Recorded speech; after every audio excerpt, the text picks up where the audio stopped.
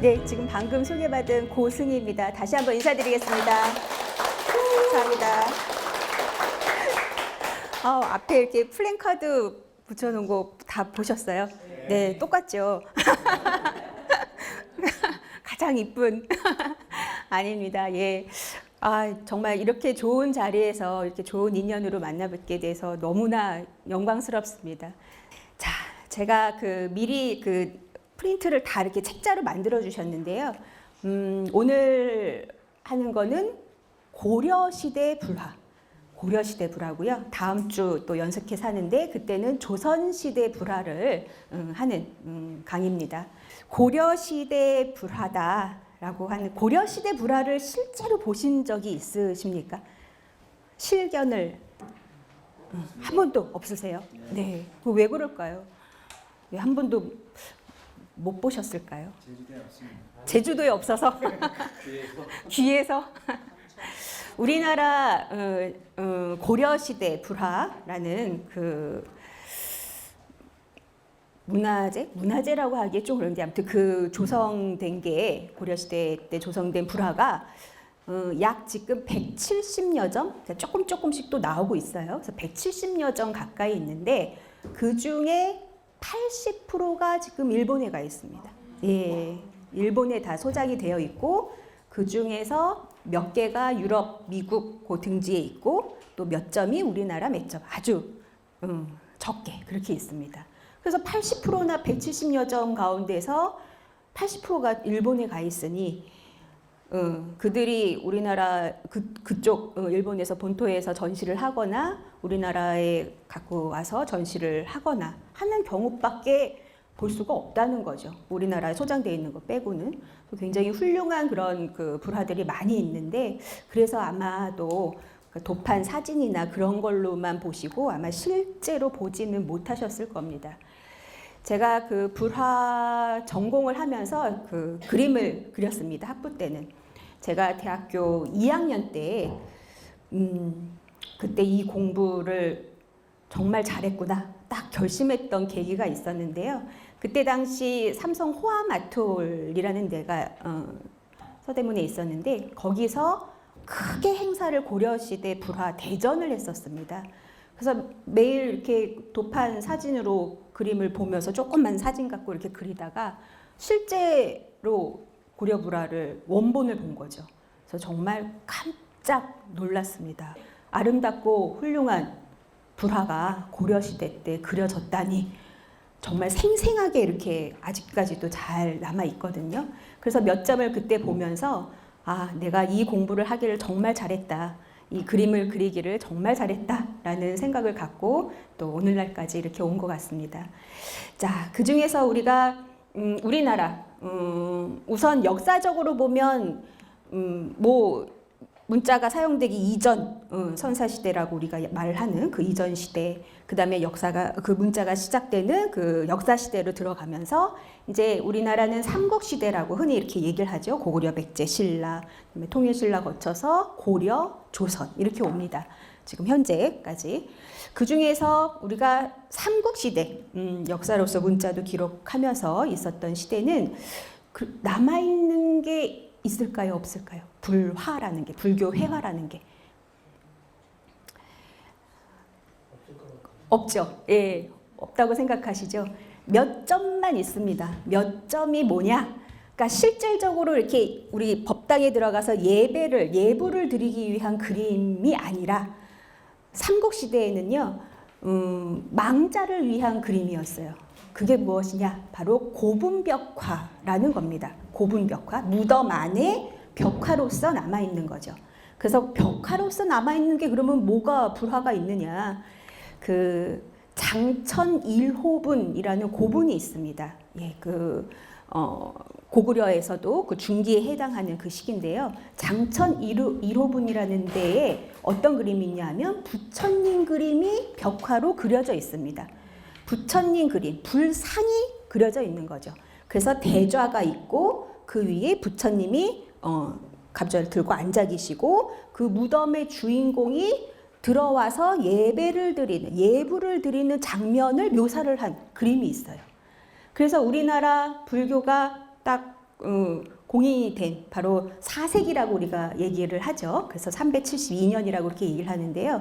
그때부터 우리가 불교 문화라고 하는 그 조각이나 회화나 공예나 건축 이런 것들은 이미 다 지어지고 조성이 되고 했던 그런 것을 또 알 수가 있습니다. 그렇게 불상이 그려질 정도니까요. 그래서 그때 당시에도 굉장히 불교에 심취한 그러한 우리 그 민족들이 있었다라는 것을 그것을 통해서 볼 수가 있죠. 근데 그것밖에는 상으로 조성된 거는 그 벽화에서 볼 수가 있는 거고요. 우리가 불화라는 거는 또 불상, 뭐 보살상 이런 것뿐만 아니라 불교의 의미를 갖고 있는 것들도 통틀어서 크게 보면 불화라고 할 수가 있거든요. 근데 그 무덤, 여러 그 무덤이 있는 한 100여 개가 넘습니다. 그 무덤, 고구려 무덤 중에서 연꽃 그림이 가득 채워진 그런 무덤이 상당히 많이 있다는 거죠. 그래서 그때 당시에 이 불교가 어느 정도로 우리 이 땅에 널리 퍼져 있었겠느냐라는 것을 그 불화를 통해서 불상 그림을 통해서도 알 수가 있다라는 겁니다. 근데 그 무덤 안에 그렇게 그려진 거, 그걸로 우리가 고구려 백제 신라 그때는 알 수가 있고요. 통일신라로 가면 조각으로 남아 있다가 보여드릴 텐데요. 조각으로만 남아 있는 사경화가 있습니다. 사경화라는 거는요. 경전에 있는 내용을 한 장으로 딱 압축해서 그린 그림이에요. 그래서 맨 앞에 한 장이 쭉 들어가죠. 그걸 어떻게 색칠을 해서 그리는 게 아니라 가느다란 세필로 금물을 찍어서 그리는 그림입니다. 그래서 금선으로만 이루어지고 있어요. 금선으로만. 그래서 그것을 사경화라고 합니다. 그리고 이제 고려 시대부터 그 조선 시대로 넘어가면서 점점 사경화보다는 판경화라는 게 또 유행이 됩니다. 판경화라는 거는요, 나무판에다가 조각을 해서 그 우리가 사경한 그림 있죠. 그것을 똑같이 조각칼로 조각을 합니다. 그래서 종이에다가 찍어낸 거. 그래서 널리 더 대중화가 됐겠죠. 우리가 일일이 손으로 한 선 한 선 그리는 것보다는 찍어서 목판에다가 조각을 한 다음에 찍어서 나타내는 게 훨씬 더 시간상으로 경제상으로 굉장히 더 많은 양을 만들어낼 수 있고 널리 퍼뜨릴 수 있기 때문에 그런 것이 또 유행을 하게 됩니다. 그래서 그렇게 통일신라 시대에는 그러한 사경화가 아주 작은 편으로 조각으로만 남아 있어요. 그래서 삼국시대와 통일신라 시대는 이 정도로 불교의 회화를 볼 수밖에 없습니다. 그러면 우리가 본격적으로 예불을 드리는 예불도로서는 어느 시대를 봐야 되느냐? 바로 오늘 볼 수 있는 고려시대 불화라는 겁니다. 고려시대 불화 중에서도 우리가 고려시대 하면 또 미술사적으로 나눠서 보게 되면요. 전반기 때와 후반기 때가 있어요. 그래서 무신정변 그 이전 시대, 그 다음에 무신정변 이후 시대라고 이렇게 나눠서 보는데요. 그 이전 시대라고 하는 그 고려시대 전반기에는 예불도로서의 그림은 현재는 없습니다. 대부분 다 사경화 중심으로 남아 있고요. 우리가 예불도라고 하는 아까 170여 점이 남아 있다 그랬잖아요. 그거는 다 고려시대 후반기에 속하는 그림들입니다.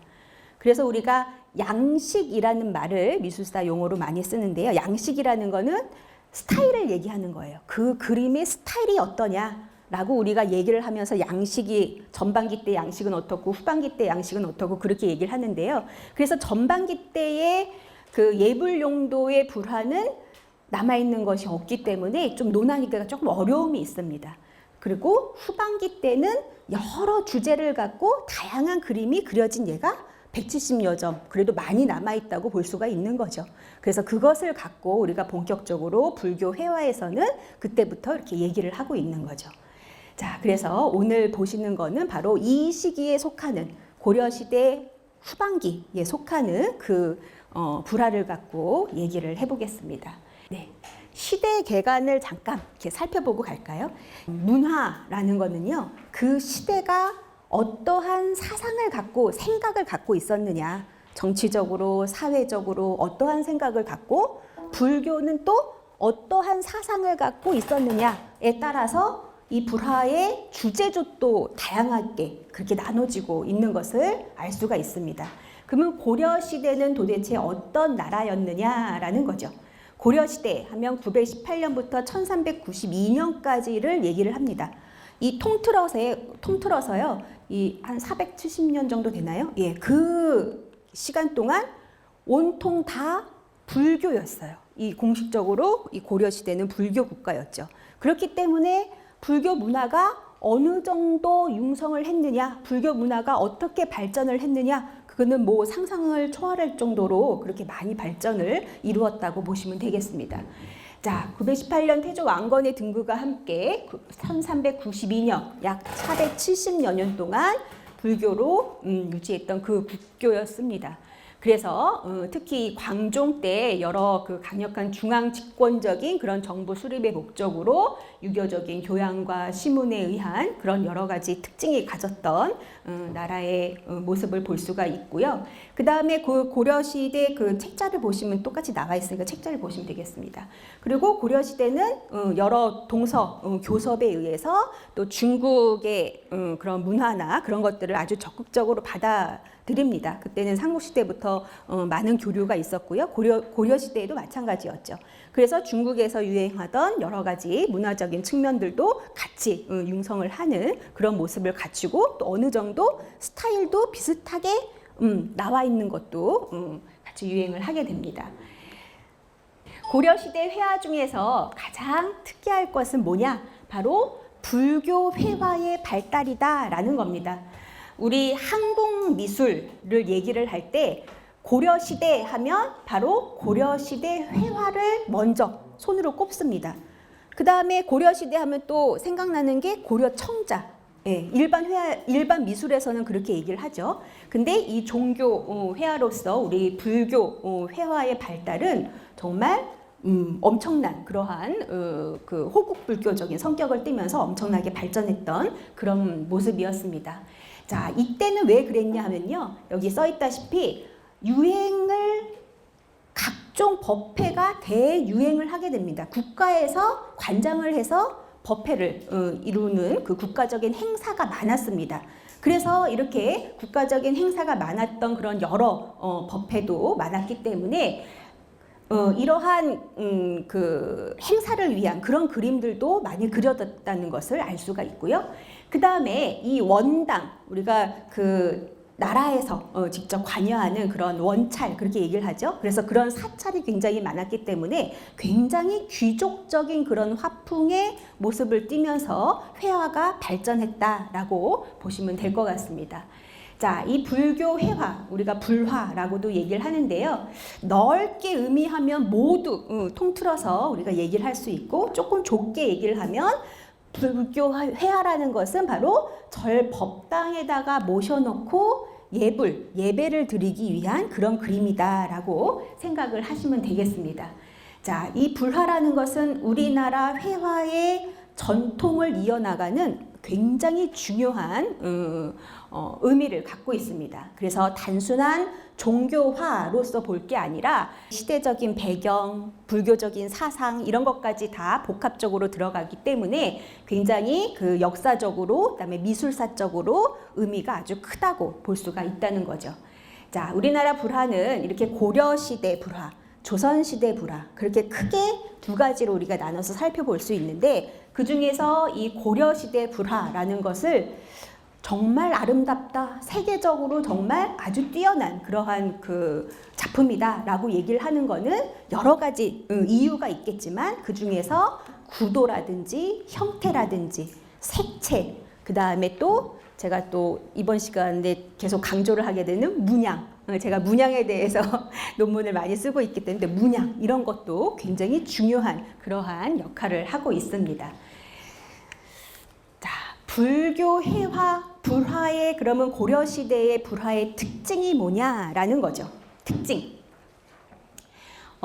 이때는 고려시대는 많이 아시겠지만 그 왕실, 귀족 불교로서 유행을 하게 됩니다. 그렇기 때문에 이 불화라는 것도 양식이, 스타일이 그렇게 될 수밖에 없어요. 왕실에서 시주를 해서 그림을 그렸기 때문에. 그래서 왕실 귀족들의 후원자가 있었기 때문에 바로 이 모델이 됐던 모습이 나타나는 도상이 그려집니다. 그래서 그것이 굉장히 귀족적이고 단정하고 우아한 형태로 그려질 수밖에 없다는 거죠. 그 다음에 내세 영화의 목적을 띄었다.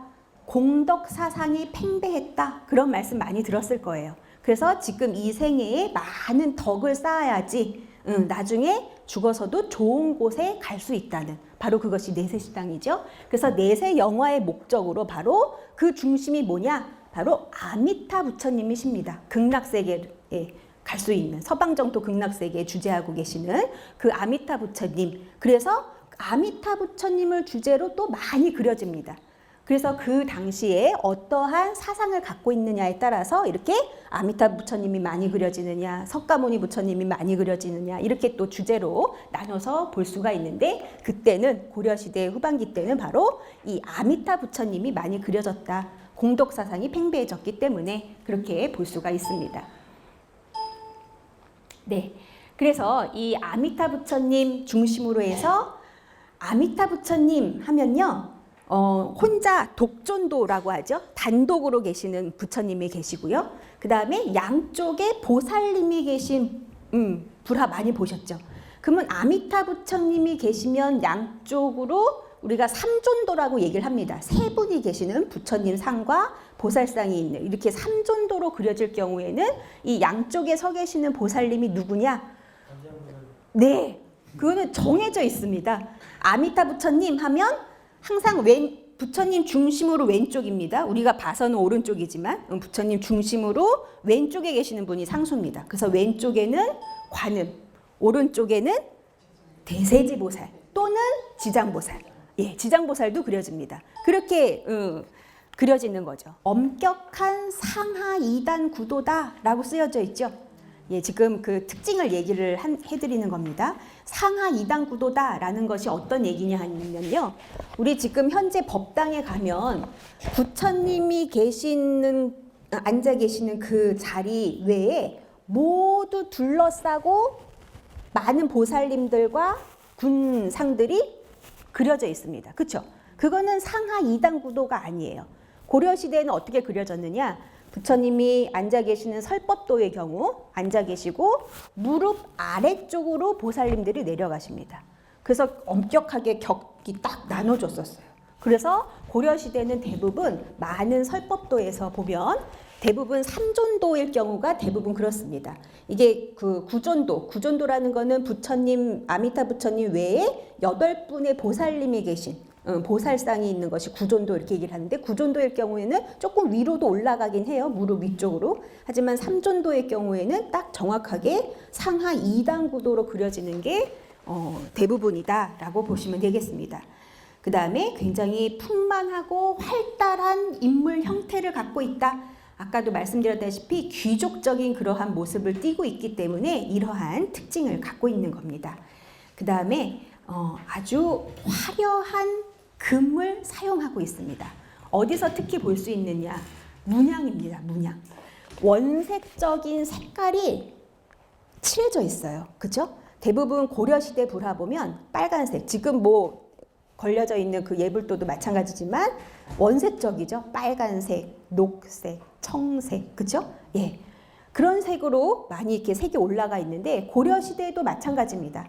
고려시대에 170여 점이 있다 그랬잖아요. 거기는 다 비단 바탕이에요. 뭐 면사나 뭐 삼배나 이런 게 아니라, 예, 종이 이런 게 아니에요. 종이일 경우에는 사경화일 때만 종이가 사용되고 비단에다가 사용되는 경우도 있지만, 그런데 이 예불도로서 그려질 때는 다 비단 위에다가 채색을 올려서 그립니다. 채색을 칠하는데 그 색이 빨간색, 녹색, 황색, 청색, 이렇게 색이 원색적으로 올라간다는 거죠. 그 위에 여러 가지 문양, 다양한 문양들이 가느다란 금선을 이용을 해서 아름답게 그려놓고 있습니다. 그래서 굉장히 화려해 보입니다.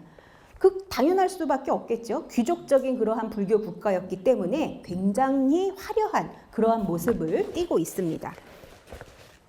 그 다음에 불화 주제를 보면요. 여러 주제로 나눠지는데 부처님이 그려진 그림이 있고 부처님 외에 보살님들이 그려진 그러한 그림도 있고요. 그 다음에 아까 말씀드렸던 사경화라는 것을 우리가 다르게 말을 하자면 경변상도 이렇게 말을 할 수가 있습니다.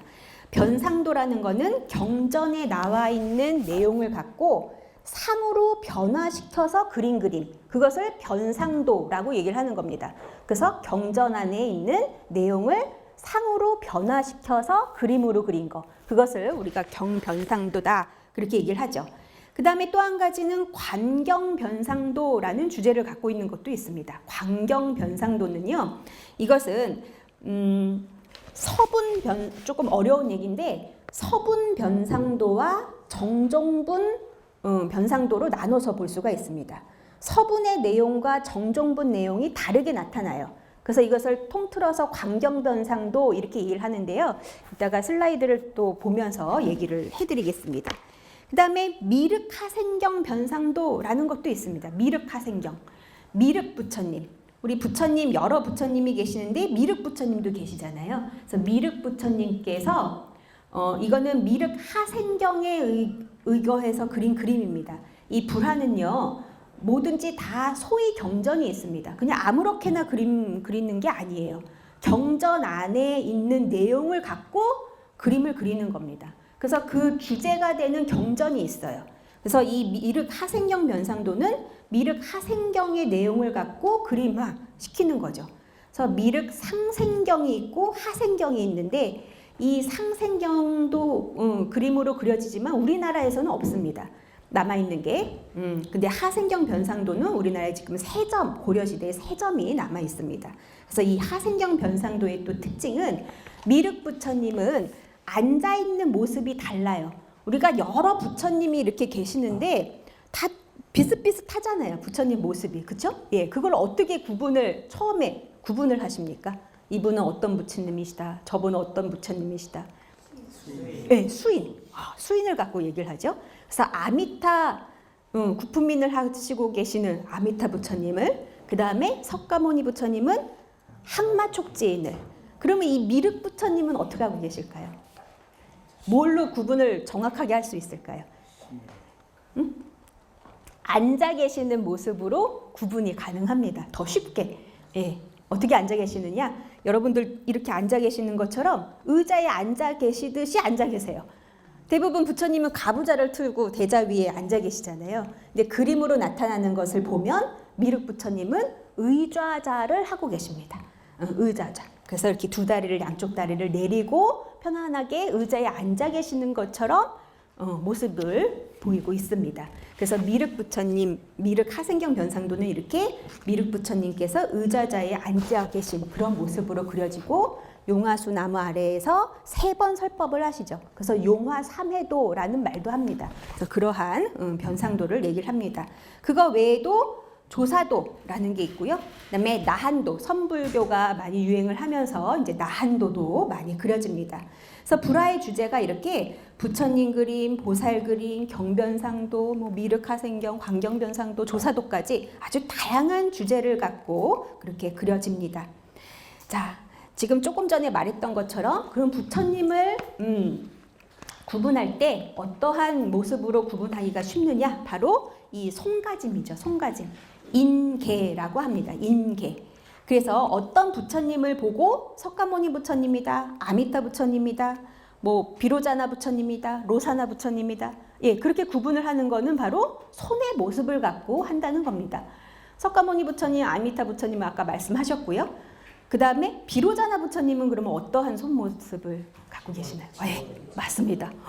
공부를 너무 열심히 하셨는데 어떻게 이렇게 다 아세요? 직원인을 하고 계시죠? 그래서 검지를 이렇게 듣고 이렇게 감싸고 있는 모습, 아니면 이렇게 주먹을 쥐고 이렇게 감싸고 있기도 합니다. 아무튼 두 손을 가슴 앞으로 모아서 있는 권인, 그것을 우리가 비로자나 부처님이다라고 우리가 볼 수가 있죠.